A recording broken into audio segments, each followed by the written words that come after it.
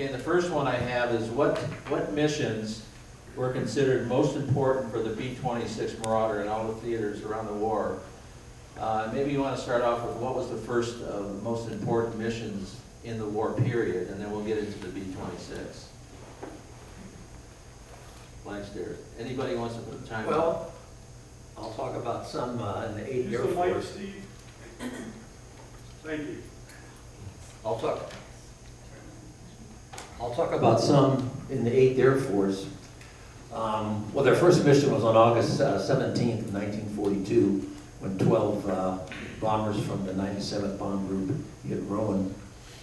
Another really significant one was August 15th of 1943.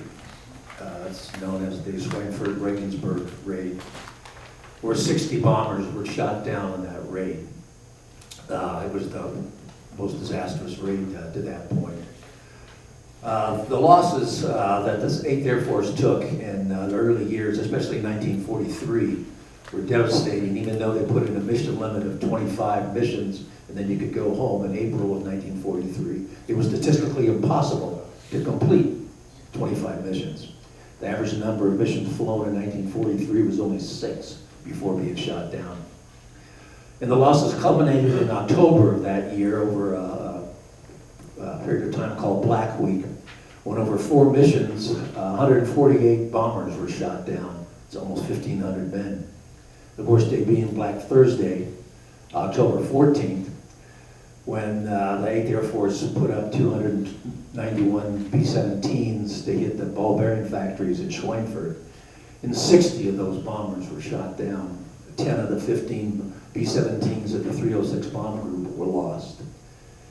And after that, the 8th Air Force was in shock. There was no way they could continue to sustain losses like that. They almost discontinued daylight bombing. It wasn't until the introduction of the P-51 Mustangs and then external fuel tanks being added to the P-47 Thunderbolts, where these bomber formations finally had fighter escort that could take them all the way deep into Germany and to the target and then bring them back out.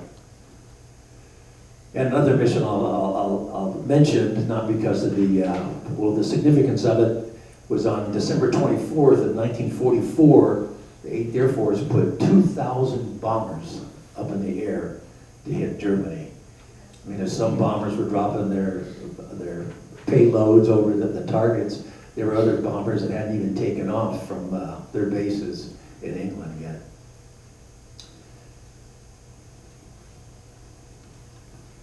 I'll take a crack, Nick. One of my interest areas is the New Guinea campaign and the Southwest Pacific, in which campaign the 22nd Bomb Group served significantly. And it was actually, I think, the first combat of the B-26 in World War II. And it was obviously a hot airplane. It was, for some, difficult to fly. Had a mixed reputation, but contributed significantly to that campaign. Now, that campaign was all about, first of all, eliminating the Japanese stronghold at Rabaul. The campaign in the South Pacific could not go forward as long as the Japanese had that strong base. So there was a concerted effort called Operation Cartwheel, of many facets to eliminate Rabaul as a center of Japanese power. General George Kenney came into the theater and immediately saw his problem. He had limited forces, a big mission, a huge geographical area, and he went about trying to build an air force. He begged, borrowed, and stole airplanes. And even then had a rather small air force, of which B-26s were a part, B-25s, B-24s, P-38s, and you'll see a P-38 that we have in the museum, P-38Y33, which was also part of that campaign. Very difficult conditions. Early on, the main base was at Port Moresby in New Guinea. Japanese tried to take that three different times and didn't succeed in any of them. A couple of big battles involved with that, Battle of the Coral Sea being one of them. The B-26s were sent on missions which really tested the capability of the crews and the airplanes. To fly to Rabaul and back, some missions being staged out of Australia to Moresby and then up north. That campaign early on was one of the most difficult campaigns that the Army Air Force fought during World War II. And while there's great focus, and I love the 8th Air Force, guys, believe me I do, while there's great focus on the 8th and the great air power demonstration that came to be, there's a tremendous story in the 5th Air Force in getting that off the ground and its role in opening up the Southwest Pacific, eventually eliminating Rabaul as a Japanese power center. That opened the way to the Philippines, MacArthur's invasion of the Philippines, and you know, the rest of the campaign from there. The Palau, Okinawa, Iwo Jima, and then the Japanese home islands. So the 26s contributed to that campaign. Although they were eliminated from the theater in the end in favor of the B-25, it wasn't the fault of the crews or the airplane. It was just the kind of fight that was in the Southwest Pacific. Let me talk a little bit about the 8th Air Force. I agree with everything you said. I'll comment on one point. At no time was there an order to stand down the 8th Air Force. There was really bad weather after those missions where they lost so many men in 1943. But Ira Aker, the guy in charge of the 8th, was eager to get moving. But the weather really hampered their ability to conduct missions. And then Aker gets relieved and Jimmy Doolittle comes in. Aker got a bum rap. Aker started the 8th Air Force in its infancy. Half of his airplanes were stolen to go to North Africa. The buildup of bombers was very, very slow. When they were finally getting substantial numbers of bombers, he gets relieved and Jimmy Doolittle takes over and gets most of the credit, although Doolittle deserves a lot of credit for what he did, particularly opening up to fighter sweeps to take on the German fighter force. 8th Air Force has a great museum in Savannah. Enjoyed my visits there. I'm a member of that museum. I was just in the UK. I go back periodically in my 5th trip back. I was also stationed there. And I got to visit a couple of 8th Air Force bomber bases. One being at Framingham, which is also called Parham, home of the 390th, I believe, bomb group. And I was up at Thorpe Abbott's for the 100th bomb group is located. So I was doing some research for myself personally and also on behalf of the museum. What else you want me to say, Nick? No, that's good. I mean, that's a good comment. Johnny, do you have any comments about? No comment, yeah. Okay. I do want you to talk sometime about your experience at Pearl Harbor, if we can do that in a little bit. So. Yeah. Okay, one of the things that in reading, especially on the presentation I'm going to have later on, I think it's tomorrow, I'm going to talk about the 70th Bomb Squadron that was pretty much on its own going into the South Pacific. And there were a lot of challenges there. They were initially attached to a bomb group, I think it was the 38th Bomb Group. Then they were detached and then told to deploy. They were on their own. They had Navy to back up, and of course the Navy, with the service rivalry, I'm sure the Navy's going, who are these guys over here, you know? But what were some of the challenges of initially deploying some of the units that we had, either in the Pacific or in Europe, as far as getting operational? Well, I'll start that, Nick. Difficulties in the Southwest Pacific. First of all, the logistics train was horrible. Couldn't get supplies, couldn't get bombs, couldn't get bullets. Also, couldn't get airplanes. The air situation over Port Moresby, and there were 9 airfields around Port Moresby, by the way. And you may have heard of them called 7 Mile Aerodrome and 14 Mile Aerodrome, 21 Mile Aerodrome.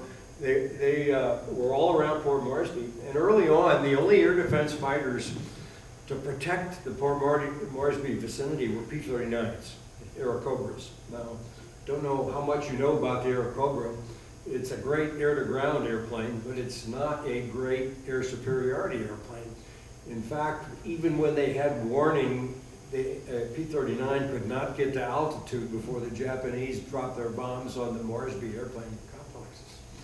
So the whole idea of getting that operation off the ground was a monumental task.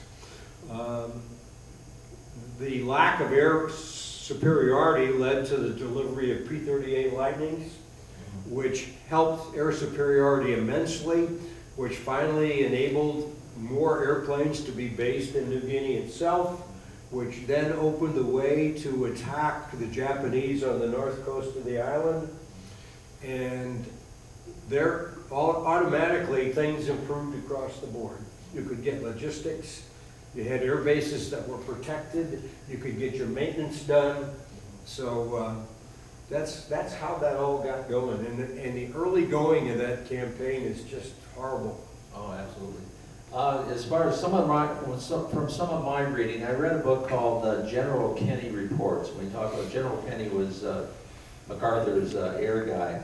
He was building up the 5th Air Force at that time out of Australia and New Guinea.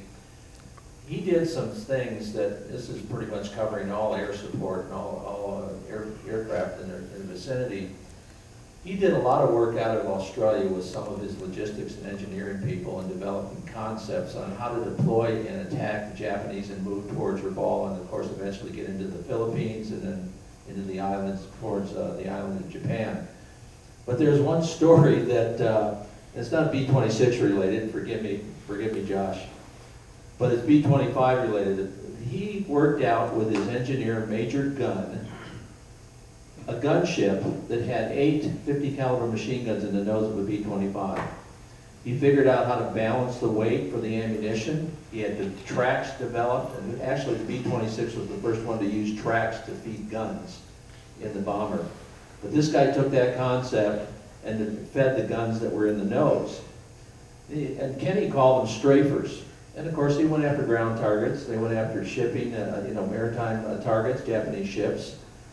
And when Kenny went back, I think it was his second trip back when he went to talk with, with all of his higher headquarters in D.C. And one time he went back and talked to North American Aircraft and said, "Would you please give me some more of these strafers?" And he looked at him like he had a third eyeball on his forehead.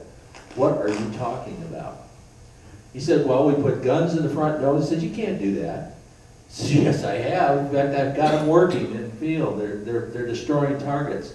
So he sent Major Gunn back to the States after that and told North American how to put gunships together. So, I mean, there's a lot of innovation that was happening for the B-26, for the ground attack Air Force, the heavies, the B-24s and 17s.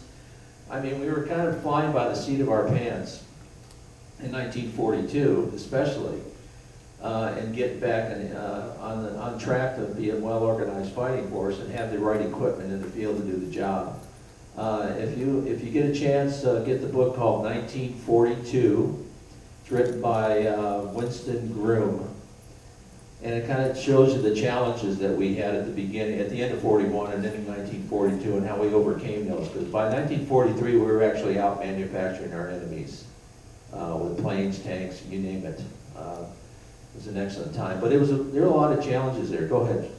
Make a comment on the story that Gene's talking about, the difficulties in that region. And Mike has a book here, Red Raider, Revenge of the Red Raiders, but also the 22nd, Tom DeWan put a book together called Red Raider Diaries, which we've also sold here. And Gene, if you haven't read it, it's a lot about what you're talking about, but the personal stories of this man's diary that he wrote, and not just the logistics about moving through and the things, but just getting the parts and the morale of the 22nd and the people down there, because they didn't have supplies, they didn't have airplane parts. They were robbing Peter to pay Paul just to stay alive. So the Red Raider Diary is pretty thin, really great book about that stuff. Yeah, We have that's 6 a copies. personal story Yeah. of his dad and his dad's crew. Yeah. Have you read that book, Red Raider? Tom Range? Have you Red read Raider it? Diaries, Gene, Have have you you ever seen read that? that? Because I have 6 copies here, if you don't haven't read it. It's really, really wonderfully written. He's my dad's best friend. Go ahead, sir. Were you talking about Pappy Gun? Yes, Yeah. there was a book written about it, and I haven't read it yet. I'd love to read it. He was Yeah. quite a genius in mechanics and engineering. He was a Passed flyer. on for about 15 years ago, but Yeah. he was in the 22nd Bomb Group, and he's a terrific guy. He used to give a lot of really wonderful lectures Right. about those early missions. And in the book, Revenge of the Red Raiders, probably the first 200 pages of it is just about those early B-26 missions. Kenny also brought the idea of parafrag bombing, which he had been working on between the war years. And if you know what a parafrag is, it's a light bomb that's basically filled with ball bearings, and it's attached to a parachute. And the reason for the parachute is when you want to drop them at low level and go screaming over a Japanese airfield, you're going to go in at 75, 100 feet. If you don't retard the bomb, it will go off and you will be in the lethal zone of your own bomb. So the little parachute would retard it just enough that you and your wingman could get out of the way. Yes, sir. I have a question about the B-25 versus the B-26, but I wanted to mention that my mother and father had a home in Point Clear, Alabama, and they had a guest house, and Winston Groom, who's also the author of Forrest Gump, Yes. wrote Forrest Gump when he was at Marauder guest house. Anyway, the question about the B-25s has to do with more than just the fact that it was suited to be a good machine gun platform when Pappy Gun converted it. I think there's more to the story. I want to ask you if my theory could be part of the story, which means they could go farther with less fuel, and they had lower horsepower, I think. And so maybe that was part of the equation, that they could do longer missions. For my research, the main reason that the B-25 got favored was it was easier to fly, easier to land, easier to take off. Had about the equivalent range of a 26. Was a little more stable of a platform at low level. Those were the primary reasons that they favored the B-25. And the maintenance was a little easier.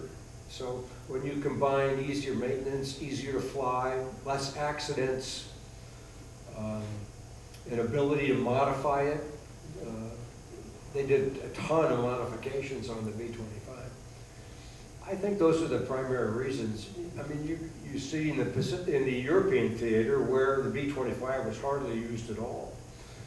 It was primarily a Pacific and Mediterranean air platform, whereas the B-26 shined in Europe. So different theater,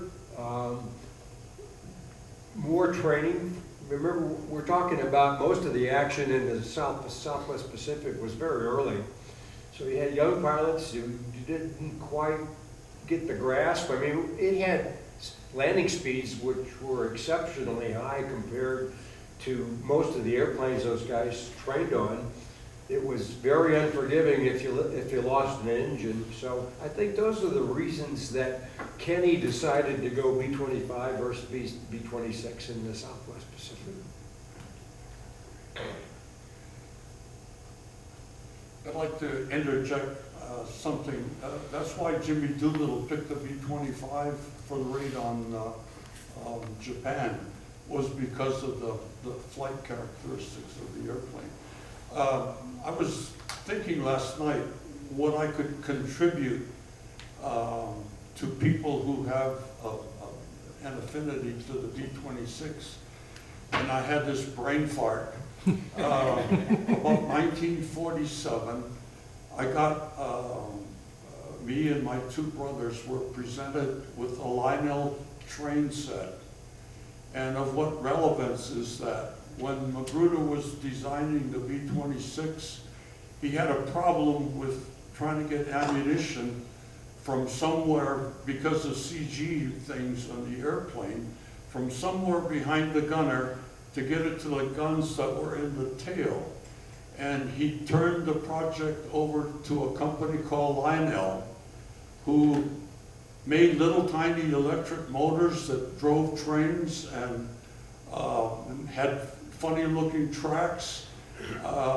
And Lionel ends up, I think they designed and built those flexible things that you see where 50 caliber bullets are moving down there, and then there's little tiny electric motors that drive a cog that pushes the ammo to the gun, and that's my contribution. Thank you. That's interesting. Well, if you look at some of the first for the B-26, they were the first one to do that, to have the tail gunner actually sitting in the position rather than being on his knees or laying on his stomach. And of course, those tracks went by him from the back, I think almost all the way to the bomb bay, pretty close to it, and past the ball turret and the waist gunners when they put waist guns in the aircraft later on. So, go ahead, Brett. My question's for you, Gene, and it's about the altitude and bombing accuracy in the Southwest Pacific. And it may just be a misperception on my part, but I know when the B-17s were flying, you know, out of the Philippines, and it seemed like even when they were back in Australia, they were still bombing at such an altitude that it was making them very inaccurate to hit the Japanese ship, because they could see it coming and they turned. Even as late as Midway, when they were flying off Midway, it seemed like they were pretty inaccurate. Whereas the B-26 guys that said, hey, we'll hang torpedoes and go in low, whereas Pappy Gunn said, we'll put 50 cal in the nose of a B-25 and turn it into a strafer. Am I wrong? Were the B-17 guys just slow to learn, or were, you know, about, you know, why were they coming at such an altitude, or is that just a misperception on my part? Because it seemed like they were pretty inaccurate. Well, the 17, let me see how to put my thoughts together here. 17 in the Southwest Pacific. You know, eventually the 17 was removed from the Southwest Pacific and the B-24s took over because longer range and bigger bomb load. But they didn't have a big force early. They did bomb from medium altitudes, 17 to 20,000.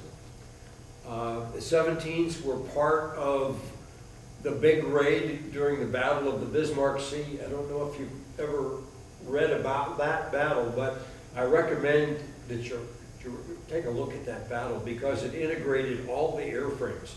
It included Australians flying, and the name of the airplane they flew was a 2-engine, heavily armed, low-altitude attack airplane. Beaufort. Yeah, the Beaufort. It included Beaufort's low level. It included B-25's low level. It had some B-26s in the mix, I believe. B-17s at medium altitude, P-40s at medium altitude, and P-38s at high altitude. So the 17s generally bombed 17, 20,000 feet. I mean, they didn't do like Europe where it was 30. They went in lower than that. There were a few missions actually where the B-17s did skip bombing, believe it or not. Take a B-17 and fly it at 200 feet and drop a 500-pound bomb and skip it into the side of a Japanese ship. There were some B-17 missions that did that. So it was a mixed bag. Kenny was trying to do everything he could do with the airplanes he had, which was be innovative in their use. And so he used 17s for weird things. He used 26s low when they actually probably performed better as a medium altitude bomber rather than a low level bomber. Put B-25s on the ground, 100 feet, when they were designed to be a medium altitude bomber. And that's the way they were used in Italy, for example, as a medium altitude bomber. So Kenny did some weird things, and they all mostly worked. But your question about B-17s in the Southwest Pacific. They started early. There were few. They were very brave. They did some really cool things. A lot of bombing missions sent to Rabaul, unescorted, take 6 B-17s up to Rabaul, face 200 Japanese fighters, and bomb at medium altitude. And high loss rates, when you do that kind of thing. Does that answer your question? It does, yes. I'd like to interject something. At Hickam Field, shortly after Pearl Harbor, and the timing is really kind of irrelevant, but the commanding general almost had a revolt because the B-17s were being taken away from him, and they were going to be replaced with B-24s.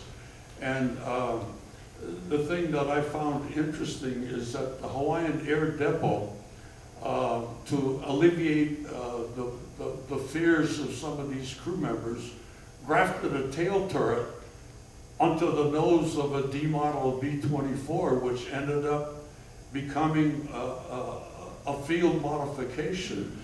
But in the Southwest Pacific, Kinney was so enamored with that, he ended up getting a contract with local manufacturers, and they built, whether it was legal or illegal, they built B-24 tail turrets to graft onto their early model D models, because there's no forward weaponry on the airplanes.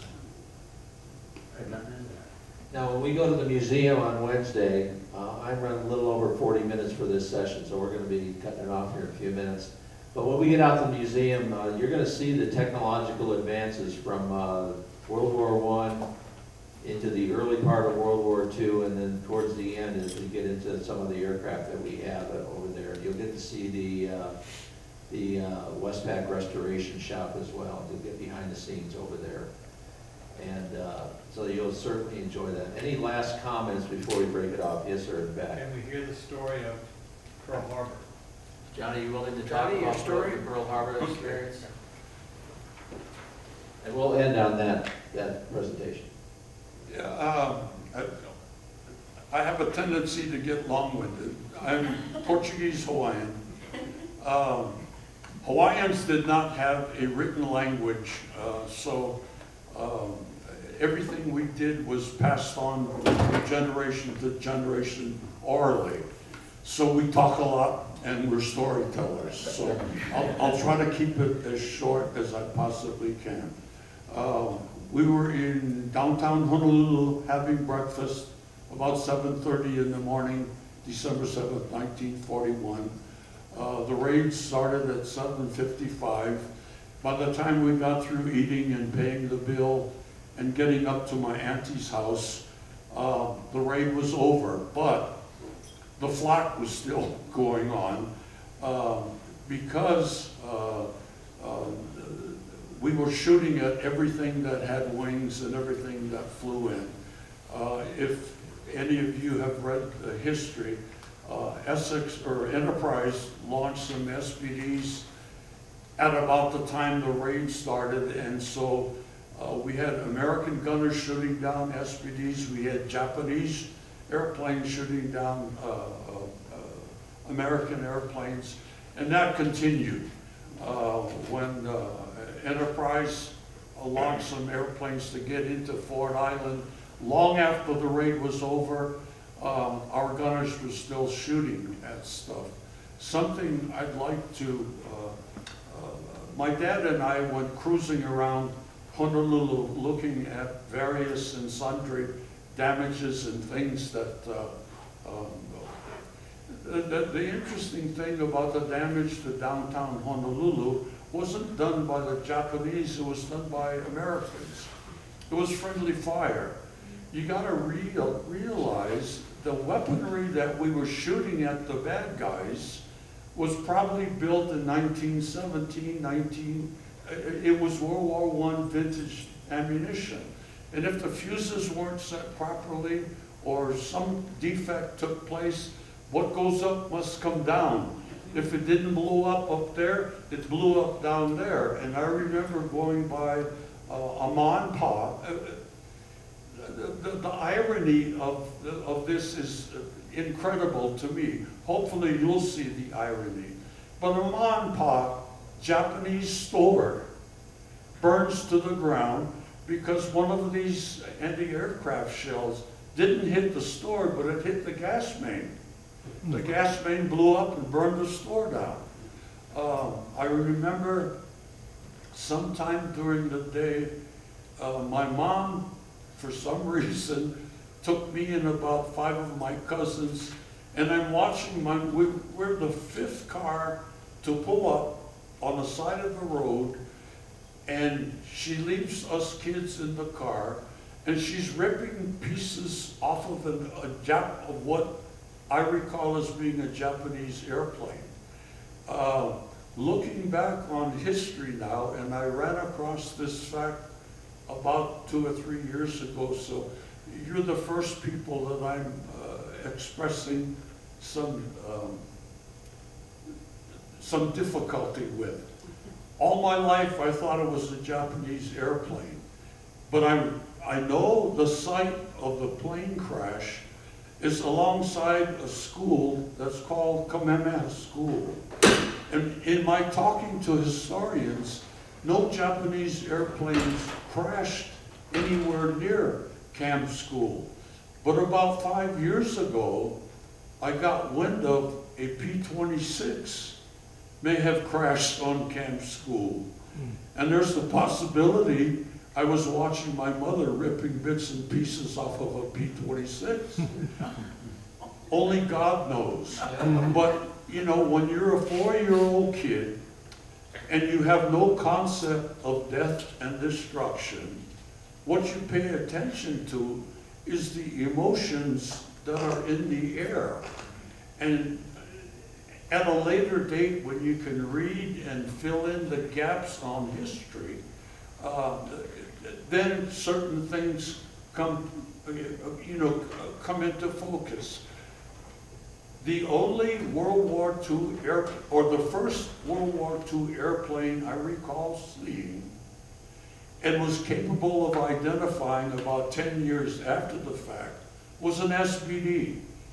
At 4 o'clock in the afternoon, December 7th, 1941, while going home to our home in Kailua, which is on the other side of the island from Honolulu, I heard an airplane about 1,000 feet overhead. I stuck my head out the car, looked up, and I could see daylight through the wings of this airplane. And after witnessing all of this death and destruction, and still really not having a concept of what death and destruction is, but the traffic pattern for Kaneohe Naval Air Station, which is 8 miles away, didn't come over town. The traffic pattern from Bellows Field, which was 8 miles in the opposite direction, an Army Air Corps base, didn't fly over the town. So if I'm seeing a military airplane at 1,000 feet overhead, I just know the damn thing is going to crash into my house, because that's the way God works. It didn't crash into my house, and it took me about 10 years to figure out. And you're going to see an SBD when you go to the museum. Pay attention to the flaps on that airplane. When the flaps are retracted or deployed, they're full of holes.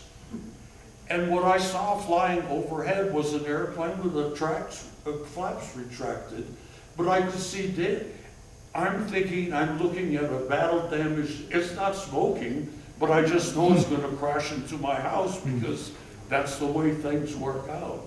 So anyway, I think that's enough of an explanation for you. Thank you for listening. Thanks, John, I appreciate it.